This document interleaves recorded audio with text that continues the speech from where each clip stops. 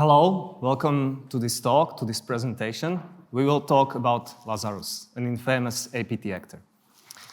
But let's start with some facts. What do we know about North Korea? It is an isolated country, heavily under United Nations sanctions, and very military-oriented. There's a report by American Defense Intelligence Agency that explains the structure, the goals, and the capabilities of North Korean military. And this is an image of a road mobile launcher carrying an intercontinental ballistic missile. And this is their high priority goal, to have a missile that is able to be launched from the ground, like this one, or from a submarine, that can carry a nuclear warhead and can travel long distances. What for? To have an ultimate deterrent against any foreign military intervention against the current regime. This is a scheme from the report that shows trajectories of tested missiles. They launch these missiles steeply into the atmosphere when they reached high altitudes in troposphere, and then they fall down to the Sea of Japan. And this scheme shows when and how many times did those tests occur. This is a piece of highly advanced and expensive piece of technology.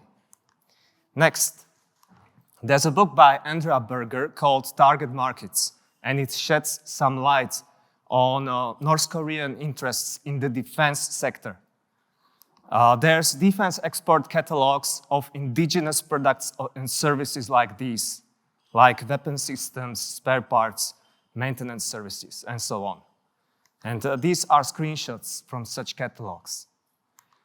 And the key takeaways from the books are that North Korea is willing to sell for financial reasons. And also there are state and non-state actors that are willing to do business with North Korea regardless of the UN sanctions. And finally, quality and sophistications of these arms lag behind the current trends, as is quite obvious from the screenshot. Next, there's a book by Sheena Chestnut-Greitens that explains illicit activities orchestrated by North Korean government. She starts with illicit, legal forms of earnings to the country, like trade with China, tourism, and money from families living abroad. On the other hand, North Korea has a long history of illicit activities that involve manufacture and sale of illicit drugs, mostly methamphetamines, counterfeiting consumer goods, mostly cigarettes, counterfeiting foreign currencies, mostly American dollars in very high quality, and trafficking of wildlife, arms, and human labor that has been happening under conditions that remind modern slavery. This is very well documented by Remco Breuker and his team in the report, People for Profit, North Korean Forced Labor on a Global Scale. The book by Greitens is from 2014, so she did not mention cybercrime as a form of illicit activity, and that was the year when the very first infamous Lazarus attack happened. But since then on, we know that this is a form of illicit activity. And we take it as a fact.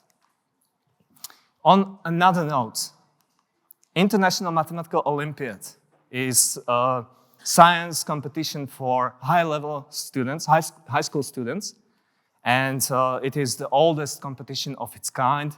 It's happening since 1959, and it's the most prestigious one. And North Korea sends their students to this competition quite regularly. And their results are quite impressive and remarkable. They finished in the top 10 comfortably multiple times in the past. This just means that North Korean students have potential to become top-level mathematicians. On the other hand, North Korea was the only country in the long history of the competition that was disqualified, and even twice, because of cheating.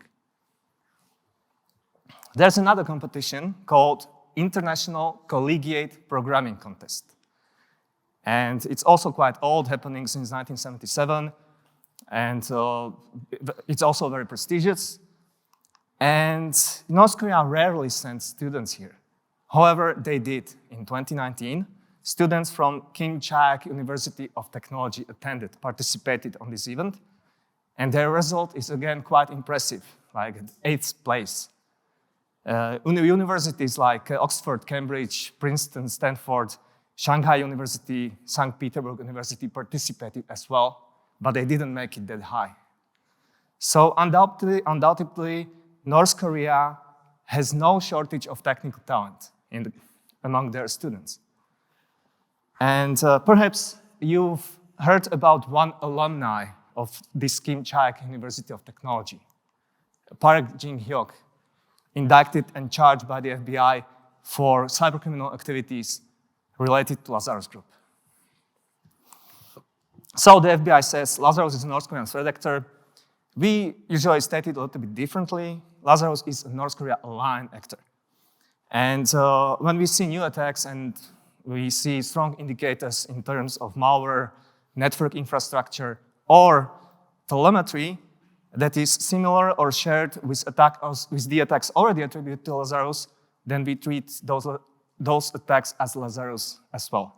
And after seeing so many attacks by Lazarus, we dare to say that these cyber activities reflects the state motivations in the physical world. So let's say a few words about Lazarus campaign. First, we distinguish a group of social engineering campaigns that's happening since 2019. These are the three types, and we see overlaps amongst them, but we see also boundaries separating them. We will describe all of this in the upcoming slides. Lazarus is also capable of doing supply chain attacks, as they proved back in 2020 with Vera case, and also recently the combination of the trading technologies and 3CX incidents, one enabling the other, that affected tens and hundreds of thousands of endpoints worldwide. And finally, they also do exploitations. We know that in the campaigns against security researchers, they deployed 0 days, and also they deploy disclosed but potentially unpatched end days against South Korean targets running South Korean software.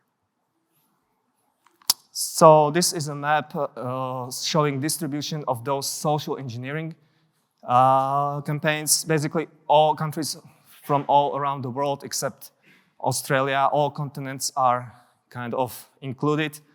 So their operations are worldwide. So let's start to describe Operation Interception going back to 2019. This column here, it shows social engineering theme. That means like which brand do the attackers use to attract the target's attention. And it is related to the targeted industry, mostly defense sector. And their goal here was to exfiltrate large amounts of data. So basically cyber espionage. And after this primary goal was completed successfully, they did some form of business email compromise in order to monetize the presence on the network.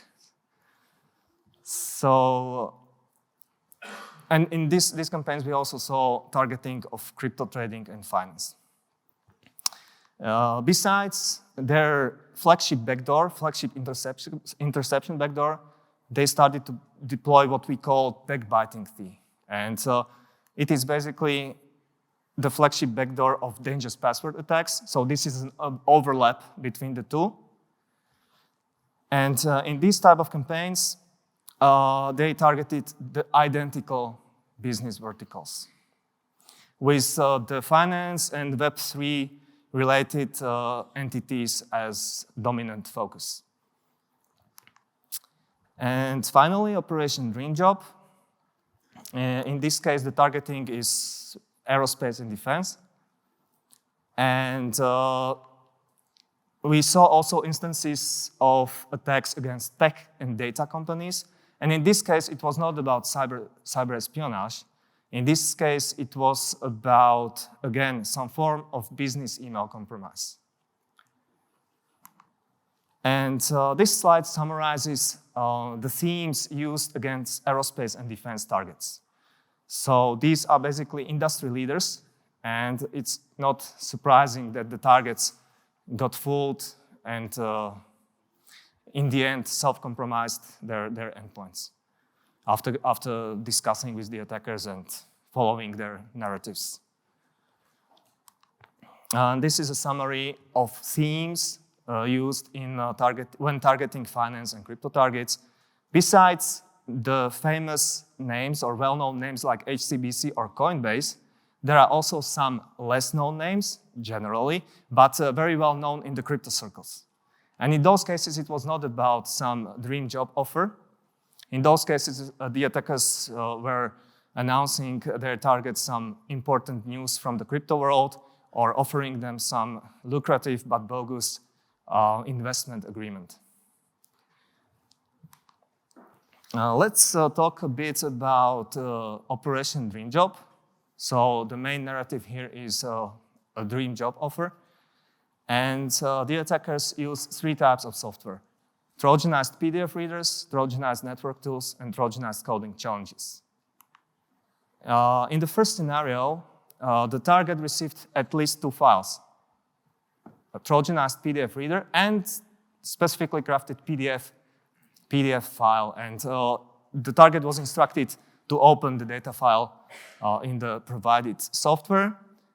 If the target opened the data file in any other PDF reader, there would be like no full job description displayed, or the reader would just say that the file is corrupted because the data file does not even have the proper PDF format. So in this form, like in this way, the target was really forced to open the PDF data file in the provided software. So in that case, the job description was displayed, but at the same time, the endpoint was compromised. And the attackers used various types of open source PDF readers. We observed these types in the wild.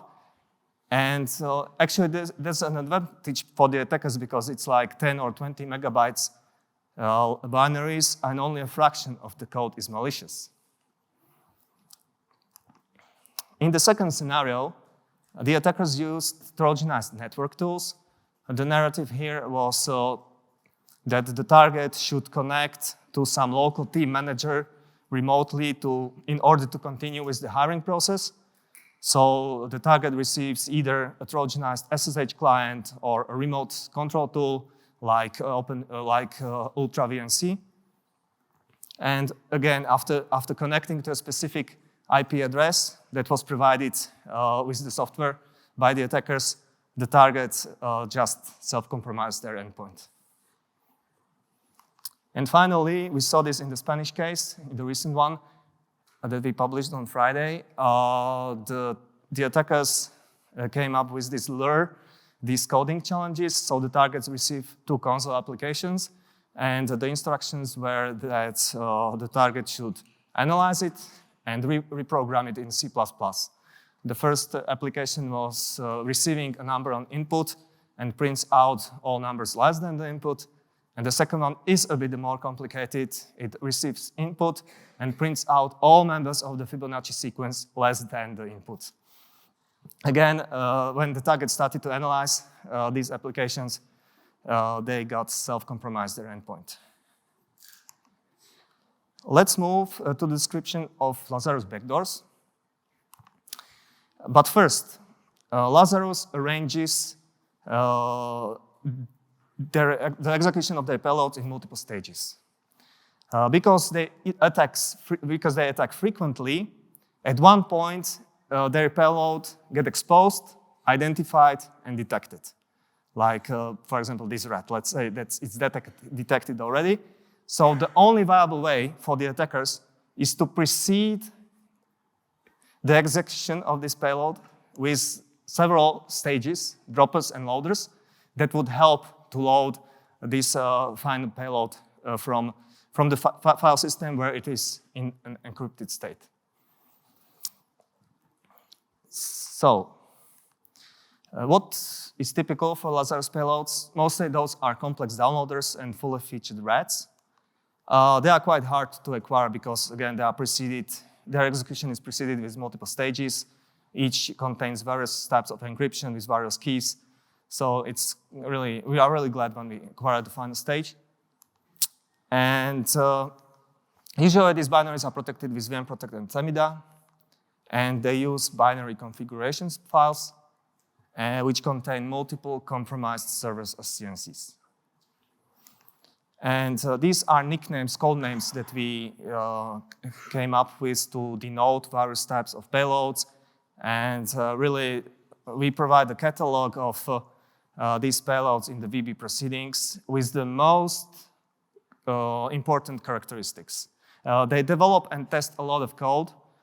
And actually note that these are clients, and each of these clients have the corresponding server part. And if they change the client, the server part changes as well. So we are facing perhaps a larger team of developers because it would be really time-consuming to maintain all these projects. One notable payload that I would kind of point out, this is LightLineScan. It is an evolution of blinding cane, the flagship backdoor used by Lazarus. And we started to analyze it, and we wrote down descriptions of the supported commands. And at one point, we realized that these commands are just mimicking the functionality of native Windows commands that usually run in Windows command prompt and are often abused by the attackers for the sake of fingerprinting the system and lateral movement and so on. And even the names of the switches of these commands are identical as the original Windows binaries. So perhaps they even reversed these Windows ipconfig net, netsh, netstat, and so on.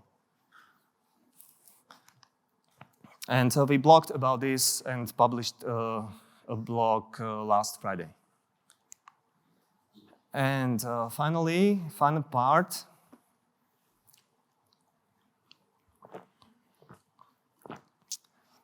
We extract some high-level indicators that we could call them tactics, techniques, and procedures of Lazarus. First, Lazarus produces their native Windows binaries with Microsoft Visual Studio. And we took a look of the linker version from the switch headers metadata, and we found out that Visual Studio 2010 is the most popular development environment they use, either the original version or Service Pack 1. And an interesting observation when we took a look at the binaries from Operation Interception, either payloads or droppers or loaders, all of those binaries came from Visual Studio 2015, and in particular this minor version. So this is a type of boundary that separates Operation Interception from the rest of the campaigns. Next, Lazarus injects or incorporates their malicious code into OpenSSL project, available online, mostly on GitHub. And this is a pool of plugin projects for Notepad++. And probably they just downloaded them, incorporated their malicious code, and used them as droppers, delivering payloads in the instances of Operation Dreamjob. Next, analyzing Lazarus executables is like reading an encyclopedia of ciphers. Here is a summary of which ciphers do we encounter in Lazarus binaries. They use it for several purposes: to decrypt the embedded stage, that is for droppers, or to decrypt the configuration containing URLs as CNCs, or to decrypt character strings, and finally to encrypt and decrypt network traffic. It's not unusual that various types of algorithms are used for this task even within one sample.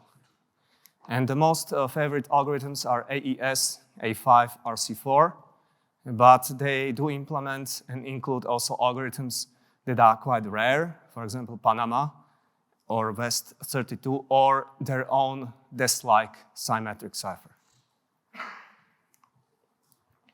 And also, to make their attacks look more legitimate, they use various code signing certificates. And these are collected from the time frame 2019 to early 2022. And we can see a pattern here that the country to which the certificate was issued is either American or British. And the issuer is a company. And if we look online for some information about these companies, these subject names, we learn that they are small, that their type of business is unclear, and their online presence is quite minimal. So this is some pattern, but we observe that various types of operation leverages certificates sharing this pattern, like operation interception, operation dream job, or vice-versa supply chain. More recently, the attackers abandoned the previous pattern, and we observed just a few of these code signing certificates. And the only sign of a pattern here is the use of Proton Mail as the registration email. The same observation for macOS, the time frame from 2019 to 2023, not many developer certificates. These are ad hoc certificates, and just not too many of those. So, wrapping our presentation up. Lazarus is a North Korea-aligned threat actor, and their operations are distributed worldwide. And their most preferred targeting is aerospace, defense, financial institutions, crypto entities, and this is just reflecting the North Korean priorities in the physical world. And Lazarus incorporates various social engineering tactics. We saw Trojanized PDF readers, Trojanized network tools, and coding challenges. And also, they are capable of development of sophisticated malware. That, for example, AtlasScan is an example of such more advanced malware. And to be honest, I think Lazarus is very well organized and continue to be a significant threat online. So I believe I'm approaching the end of my presentation.